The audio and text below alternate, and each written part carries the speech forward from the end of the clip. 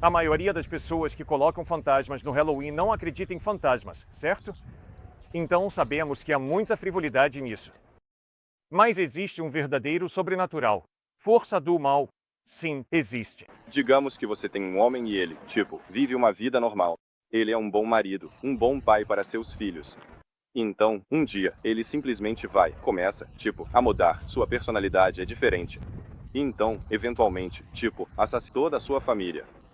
E então, no relatório da autópsia, é visto que ele tinha um tumor cerebral que estava afetando partes do seu cérebro. Isso fez com que ele não sentisse empatia, fez com que ele não sentisse amor mais. Por exemplo, onde está o livre-arbítrio aí? E como você pode, tipo, responsabilizar essa pessoa por essas ações? E isso pode ser, tipo, extrapolado para outras instâncias de, tipo, serial killers, por exemplo, que simplesmente são geneticamente programados para não sentir. Então, onde está o livre-arbítrio para agir de maneira moral? Estou muito grato que o sistema legal em nosso país diz que, se você é insano, não vamos responsabilizá-lo da mesma forma que o faríamos se você fosse são. Acho que isso é uma compreensão muito bíblica. Bem, então isso não determinaria seu destino eterno? Não. Deus é justo. Deus é onisciente. Deus julgará todos nós de forma única, de maneira justa e equitativa. Ok, bem, se esse for o caso, então tenho certeza de que já ouvi isso antes também. Como alguém nascido na Índia, por exemplo, que cresce em uma cultura de hinduísmo, teria uma oportunidade de salvação? Eles nem sabiam o que era o cristianismo. Não há livre-arbítrio para não saber algo ou para saber algo que você simplesmente não sabe. Bom, sim. A única razão pela qual as pessoas vão para o inferno é porque escolhem viver suas vidas separadas de Deus. E no dia do julgamento, Deus atenderá ao pedido delas, e elas passarão a eternidade separadas dele. Não porque Deus quer isso, mas porque elas escolheram isso. Então, eu encorajaria você a ler Hebreus capítulo 11. Abraão, Isaque, Jacó, Moisés, Raabe, uma prostituta gentia, estarão no céu. Oh, mas espere um segundo, eles não acreditavam em Jesus. Claro que não. Jesus nem tinha nascido. E ainda assim, eles estarão no céu por causa de sua fé em Deus. E eu acredito que Deus toma a morte de seu filho, Cristo, aplica-a às suas vidas, e é por isso que eles estarão no céu. Abraão não vai estar no céu porque viveu uma vida boa. Às vezes, Abraão fez o bem, como você e eu fazemos. Mas em outras ocasiões, Abraão fez coisas realmente mais, como com Agar e Satanás. Certo. A geografia em que eles nascem ainda é um fator muito grande para determinar se eles vêm a Cristo ou não. Pessoas em uma certa região são 95% hindus, então, provavelmente vão cair nessa probabilidade. Então, por que um Deus onisciente totalmente bom faria a salvação eterna, tão dependente de onde você simplesmente nasceu? Porque Deus é onisciente, porque Ele é compassivo, Ele julgará todos não de acordo com sua ignorância, mas de acordo com o que eles sabem. E o Espírito Santo de Deus ama cada um de nós, cada pessoa que vive na Índia, na China. Em 20 anos, qual será o país com mais cristãos? China, se as tendências continuarem como estão hoje. O cristianismo está explodindo na África subsaariana. O cristianismo está explodindo na América do Sul. A fé em Cristo não é uma questão cultural. Existe um cristianismo cultural que é muito forte na Carolina do Norte. Não é disso que estamos falando aqui. Estamos falando sobre Jesus Cristo. Não estamos falando sobre torta de maçã, a bandeira americana e Jesus. Não, falso. Estamos falando sobre um encontro espiritual pessoal com Jesus Cristo. Como você pode dizer que há um livre-arbítrio igualmente provável ali? E como você disse, também, se a maneira como você vive sua vida não tem nada a ver com sua fé eterna, que você só precisa vir a Jesus para experimentar o céu. Como isso seria uma base para a moralidade? Para então, viver uma boa vida, como se isso não tivesse nada a ver com isso. Tudo bem. Bom, boa pergunta. Deixe-me perguntar a você. Eu sou um seguidor de Cristo. Qual é a palavra que você usaria para me descrever? Um idiota? Hipócrita. Hipócrita. Eu sou um seguidor de Cristo. Louco. Isso é hipocrisia. Como assim? Porque quando você coloca sua fé em Cristo, significa que você o leva a sério. Significa que você está confiando nele para a eternidade. Para a sua alma. E eu posso te prometer, se você fizer isso, você vai querer obedecê-lo hoje. Então, se eu digo que acredito em Jesus e odeio suas entranhas, sou um mentiroso, sou um hipócrita. Se você tiver que destacar, você acha que a moralidade vem da Bíblia? Tipo, essa é a base do nosso. Vem de Deus. Ok, então, mas a Bíblia é a palavra de Deus, certo? Mas não, eu não preciso da Bíblia para saber que assassinato é errado. Amigos ateus entendem que assassinato é errado. Por quê? Porque eles têm consciência. E a questão é, de onde vem a consciência humana? E se não há Deus, a consciência humana vem da cultura, do seu ambiente, de você. Ok, Mas se há um Deus que te criou com uma consciência e com uma mente racional, então você é capaz de entrar em contato com a realidade, a verdade, e é capaz de exercer sua consciência de maneira responsável. se o objetivo de Deus é. Você concordaria que o objetivo de Deus através da Bíblia era meio que nos fazer viver de uma certa maneira, como condenando certas coisas, apoiando outras? O objetivo de Deus na Bíblia é que amemos a Ele com nosso coração, alma, mente e força, e que amemos nosso próximo como a nós mesmos. Esse é o objetivo de Deus. Agora, não roubar, não trapacear, não matar, não ter relações sexuais fora do casamento e não ser racista e sexista são todas ramificações de ter um coração para Deus, um coração para Cristo. Então, não diz no Novo Testamento que os escravos devem, tipo, suportar o castigo de seus mestres?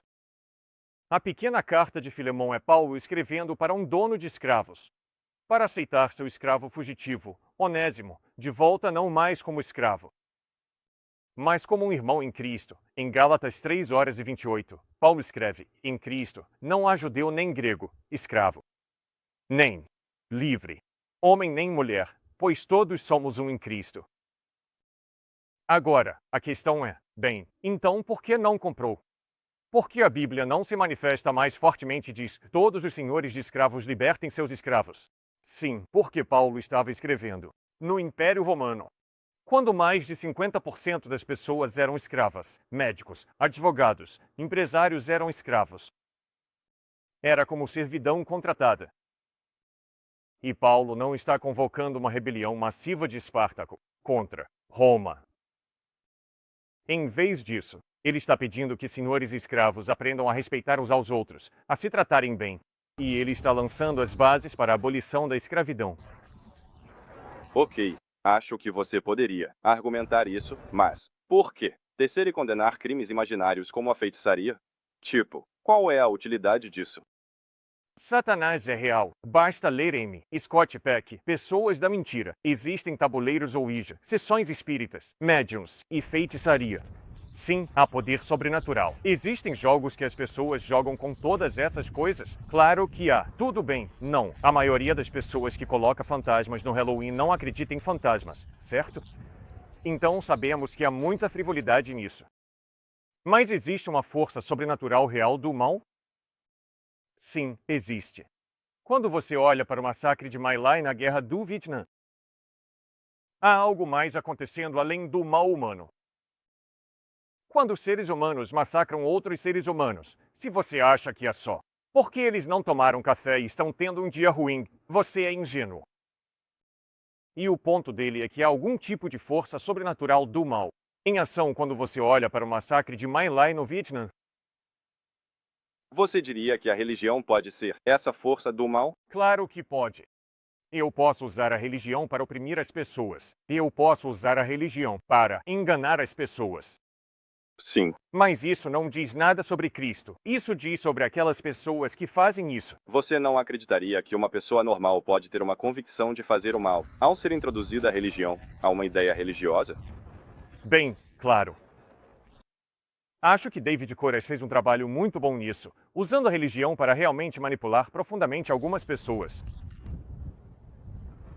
Então, sim, eu acho. Olha, se eu digo que todas as drogas são ruins, sou um idiota. É melhor eu aprender a distinguir entre cocaína e medicamentos que me ajudam a vencer o câncer. Da mesma forma, você e eu devemos aprender a distinguir entre religião falsa, religião maligna e religião boa, fé boa. E se eu digo que toda religião é má, sou um idiota. Da mesma forma, se eu digo que todas as drogas são mal e ruim, sou um idiota. Existem muitas drogas boas e existem muitas drogas horríveis. E há muita religião boa e há muita religião ruim. Então é melhor você ser cético. É melhor você aprender a distinguir entre as duas. Você realmente não está escolhendo qual religião seguir, com base em qual é moralmente melhor, qual você acha que é boa. Você está fazendo isso com base na reivindicação de verdade de este Deus é realmente real?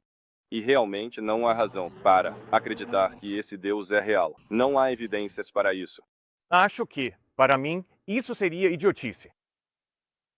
Eu sigo Cristo porque, quando vejo como ele viveu sua vida, é o tipo de vida que eu gostaria de viver, mas não vivo. Quando ouço seus ensinamentos, são o tipo de ensinamentos que eu gostaria de seguir, mas não sigo. Quando vejo morrer, perdoando seus inimigos, isso é a essência da tolerância. A essência da tolerância, amando e perdoando seus inimigos.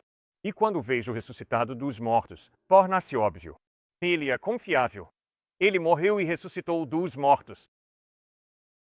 Como você faz? Como você se permite ser convencido de que isso realmente aconteceu com base apenas no testemunho ocular de décadas depois que realmente aconteceu? Com certeza, você está apenas acreditando na palavra das pessoas. Tudo bem, mas você nunca viu isso. Tipo, são todos esses milagres que acontecem na Bíblia. Eles não, na verdade, você nunca os viu acontecer na vida real. Sim. Então, qualquer pessoa sã e racional não acreditaria que são apenas histórias. Eu nunca conheci George Washington. Eu nunca tive privilégio de conhecer Dr. Martin Luther King. Mas existe algo chamado conhecimento histórico. É tão importante que a UNC Chapel Hill cobra dinheiro para você fazer seus cursos de história. Eles estão te enganando? Ou o conhecimento histórico é uma forma legítima de conhecimento? Obviamente, o conhecimento histórico não é baseado na repetibilidade, como a ciência em experimentos. Você pode diferenciar coisas que não são e são verdadeiras. Sim, a análise em tudo. A análise, correto. A existência de George Washington versus Jesus realmente ressuscitou dos mortos. Há mais evidências para a existência de George Washington.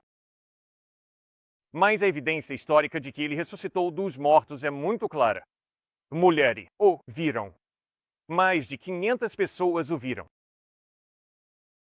Novamente, é como se você estivesse acreditando na palavra das pessoas. Exatamente como você faz quando vai a uma farmácia. Pega aquele frasco de remédio de um farmacêutico e não analisa quimicamente. Você vai para casa, toma o comprimido, coloca na boca e engole. Isso é fé verdadeira. Mas é uma fé que se baseia na evidência de que o estado da Carolina do Norte não concede licenças de farmácia a charlatões. Você pode chamar isso de fé. Você não sabe que não é veneno, mas você leva em consideração a evidência. Você leva em consideração que a farmácia tem um incentivo para não te envenenar. Você tem um incentivo. Você tem que levar em consideração temos um departamento muito rigoroso, departamento semelhante ao FDA. Então, há mais razões para acreditar que isso não será veneno do que simplesmente aceitar a palavra de alguém dizendo, sim, esse cara, ele simplesmente morreu e depois voltou há 2000 anos. Mas, estou escrevendo isso 50 anos depois. Apenas confie na minha palavra. Craig Kemir, por exemplo, estudou que mais de 400 milhões de pessoas só na Ásia experimentaram o miraculoso. Esse é o testemunho pessoal deles. Agora, você pode dizer que cada um desses 400 milhões está errado, ou pode ir até a Duke University, acredito que seja, que tem mais de 300 estudos realizados por pares relacionados a experiências de quase morte. Agora, que estão conectados, por exemplo, a esses. Médicos de Duke que ficam pasmos com a forma como eles entram. E alguém que perdeu totalmente a consciência e a vida teve uma parada cardíaca. De repente, se você for pelo corredor, eles foram ressuscitados. Conseguem realmente dizer, sim, eu flutuei sobre meu corpo, li exatamente o que estava nos prontuários médicos de alguém, no corredor. E repetiu palavra por palavra, literalmente. Agora, esses são 300 artigos revisados por pares, de médicos de Duke. Novamente, isso não é prova. Eu nem consideraria isso como uma evidência muito forte. Mas para você, a razão pela qual é uma afirmação etnocêntrica é porque há tantas pessoas vindo de outros países que acreditam absolutamente no miraculoso e no sobrenatural. Para nós ficarmos aqui, você simplesmente dizer: obviamente sabemos que milagres não acontecem. Acho que você tem que ser muito cuidadoso, porque essa é uma afirmação muito militante. Que se você não saiu mais, digamos, para o Haiti, para a África, América Latina, você vai encontrar exatamente. Quero dizer, as pessoas achariam que você é louco por fazer essa afirmação. Então, quando você fala sobre essas experiências fora do corpo, você pode obter muitas dessas mesmas experiências de espiritualidade, com drogas. E eu não acho que isso seja evidência. Tipo, o ponto dessa comparação é que esse tipo de experiências espirituais, elas não precisam necessariamente estar fora do contexto da sua química cerebral e da matéria cerebral, apenas operando de uma maneira realmente estranha.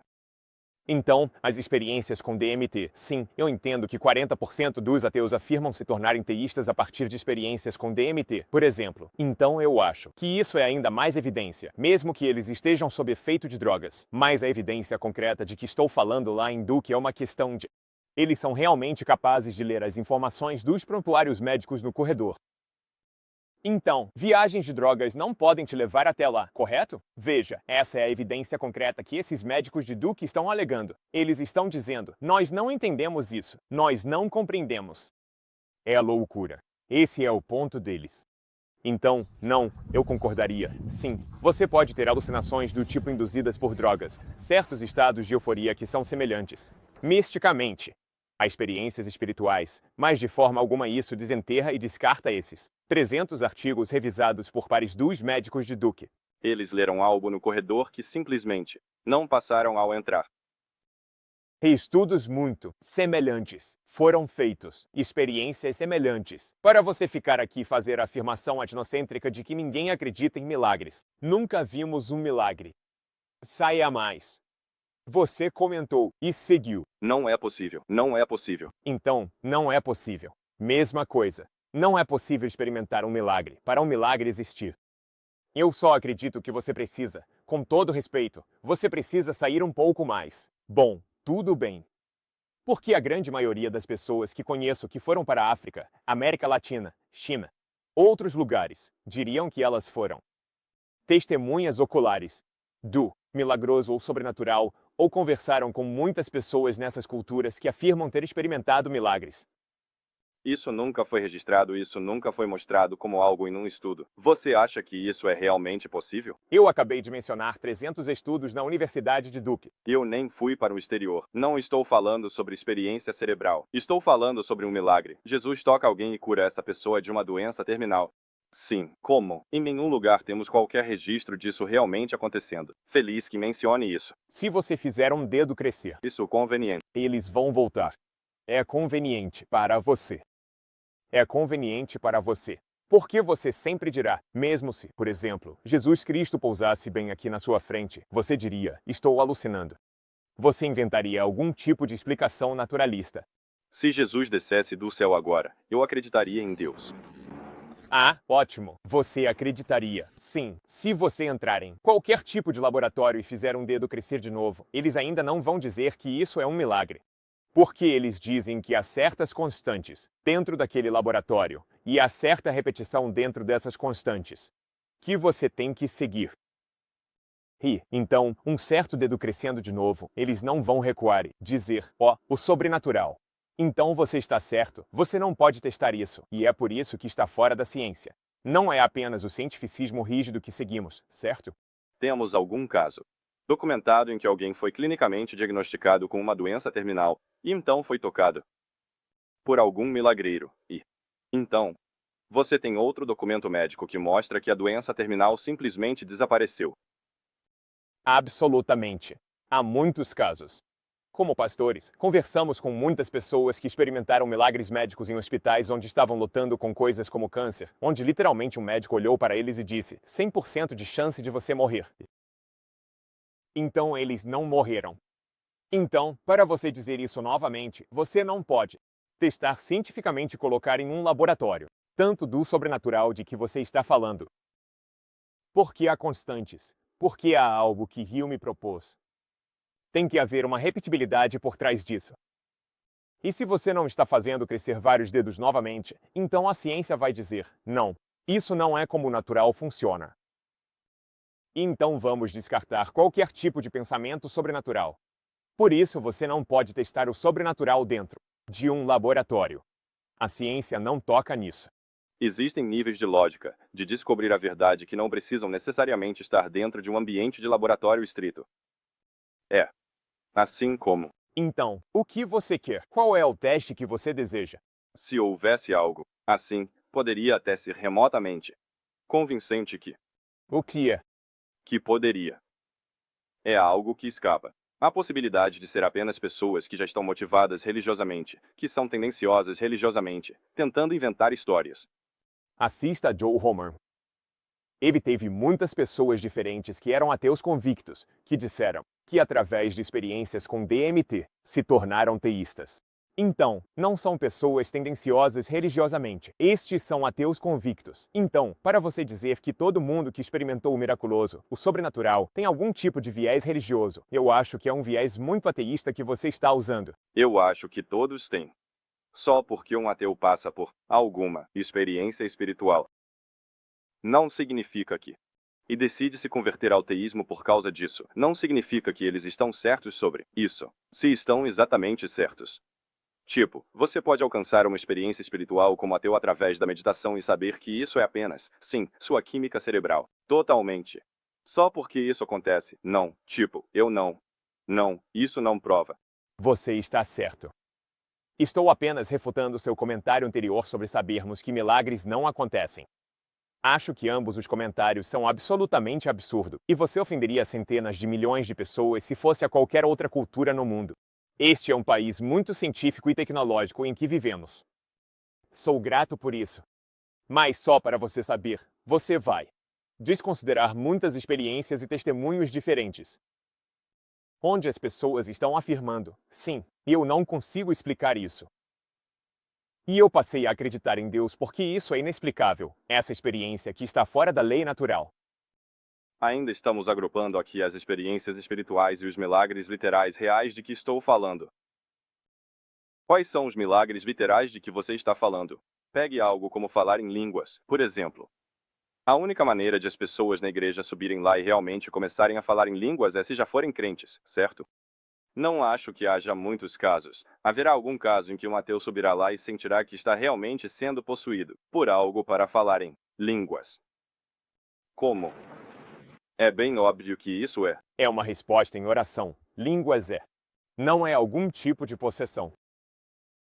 Você tem que entender o que é falar em línguas, e muitos cristãos diriam, não. Línguas não é um dom espiritual que as pessoas experimentam, então muitos diriam, sim, é. Há um nível de desonestidade aí porque eu sei que na igreja, como minha mãe, por exemplo, crescendo, ela era aconselhada por seus pais sobre o que dizer quando subia lá e precisava falar em línguas. Sim. Bom, fico feliz.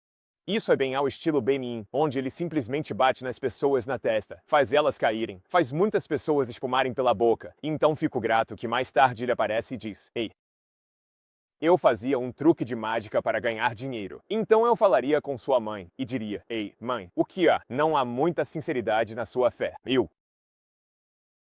Adivinhar.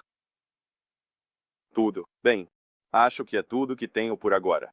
Você começou me perguntando por que a ressurreição ocorre.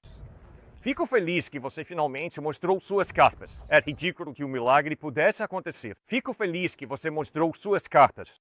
Por quê? Porque seu ponto de partida básico e fundamental é que não há Deus. Bem, obviamente, se não há Deus, Jesus não ressuscitou dos mortos. E obviamente, se não há Deus, milagres não acontecem. Concordamos com isso, certo? Então, a verdadeira questão é: e as evidências apontam para a existência de Deus?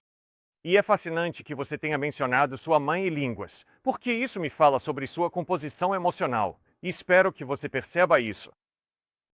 E eu não te culpo por ser altamente cético em relação a ter uma mãe que realmente acreditava em línguas e dizer que línguas são uma evidência de que são milagrosas ou que Deus existe. Isso não é para mim, Senhor. Eu nunca pensei. A razão pela qual acredito em Deus é porque as pessoas têm o dom de falar em línguas. Isso seria estupidez da minha parte. Estupidez. Você foi quem mencionou isso, não eu. Eu mencionei isso como um exemplo de como pessoas motivadas religiosamente vão ter um nível de autoconfirmação, um viés de confirmação, para essas coisas. Não há que a capacidade deles de encontrar a verdade objetiva é meio desanimadora. Isso é um grande exagero, senhor. Para você recorrer às línguas, isso é um verdadeiro exagero. Estou falando há 43 anos em Kemp. Nunca argumentei que a evidência da existência de Deus é que as pessoas falam em línguas, então Deus deve existir. Quero dizer, isso é tão ridículo que é constrangedor você até mencionar isso. Você pode chamar de constrangedor, mas sim pessoas religiosas vão ter um nível de viés de confirmação para suas crenças, certo? Pessoas religiosas matam pessoas e pessoas religiosas estupram pessoas, e pessoas religiosas tiveram escravos. Não há dúvida sobre isso. Concordamos. Sim. Não lhe diz nada sobre Jesus Cristo. Não lhe diz nada sobre Deus. Lhe diz muito sobre essas pessoas. E se eu rejeitar a ciência por causa de Hiroshima e Nagasaki, sou um fanático de mente fechada. Hiroshima e Nagasaki, explodir essas cidades do mapa com uma bomba nuclear, uma bomba atômica, não lhe diz nada sobre a ciência. Isso lhe diz sobre a mentalidade moral das pessoas que apertaram o botão e dinamitaram essas duas cidades do mapa. Da mesma forma, a hipocrisia religiosa não lhe diz nada sobre Deus. Não lhe diz nada sobre Jesus Cristo. Isso lhe diz muito sobre aqueles indivíduos que são hipócritas religiosos. O ponto era que as pessoas vão ter viés de confirmação. Pessoas que são criadas como cristãs e querem que o cristianismo seja verdadeiro vão considerar evidências que apoiam suas crenças, ou contar experiências, ou tentar ter um viés de confirmação e desconsiderar coisas que contradizem suas crenças. Desculpe. Pensei que você e eu estávamos tendo um diálogo respeitoso. Por que você traria à tona algum cara que acha que Deus existe? Por que eles falam em línguas? Eu nunca disse isso. Eu nunca nem pensei nisso. Porque você não me escuta e me respeita. E eu vou te escutar.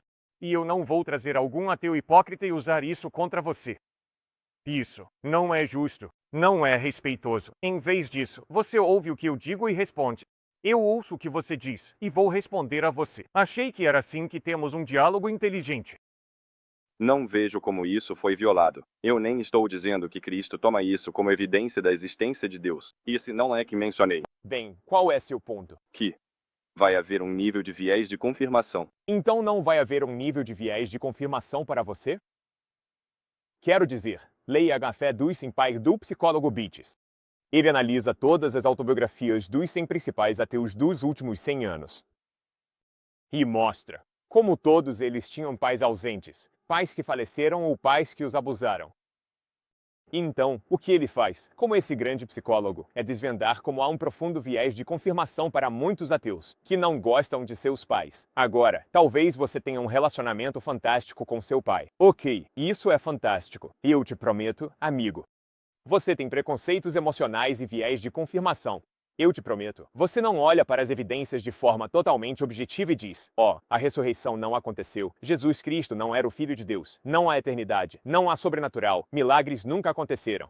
Você tem viés de confirmação. E é por isso que é um pouco ofensivo e simplesmente ultrajante dizer que é apenas Cristo que tem viés de confirmação. Eu acabei de admitir que, para mim pessoalmente, eu realmente tento. Então nós tentamos. Nós tentamos aqui para nos livrarmos do nosso viés de confirmação. E o desafio da objetividade é: coloque seus preconceitos de lado e lide com a questão. E não me diga que você não pode acreditar na ressurreição por falta de evidências históricas. Em vez disso, seja honesto comigo e diga: Cliff, eu não acredito na ressurreição porque eu não acredito que exista um Deus sobrenatural. E obviamente, se não há um Deus sobrenatural, não há ressurreição. Não há milagres porque não há um Deus sobrenatural. Não jogue o jogo de, sério, a razão pela qual eu não posso acreditar que Jesus ressuscitou dos mortos é por falta de evidências históricas. Besteira.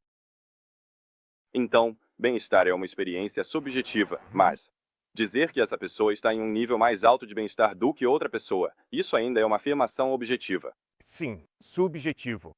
É tudo relativo.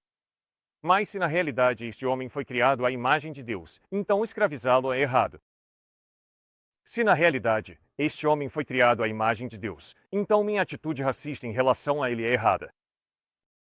Mas se não há Deus, eu sou um macaco bonito. Ele é um macaco bonito. É tudo relativo. Mas se há um Deus que o criou com valor intrínseco inato, então o racismo é absolutamente maligno.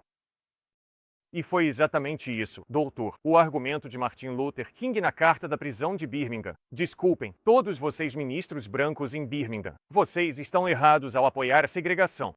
Por quê? Porque há uma lei acima da lei do grande estado do Alabama. E de acordo com essa lei, a segregação e o racismo são errados. Por quê? Porque Deus criou todos os seres humanos à sua imagem. E olhar para outro ser humano como inferior é maligno.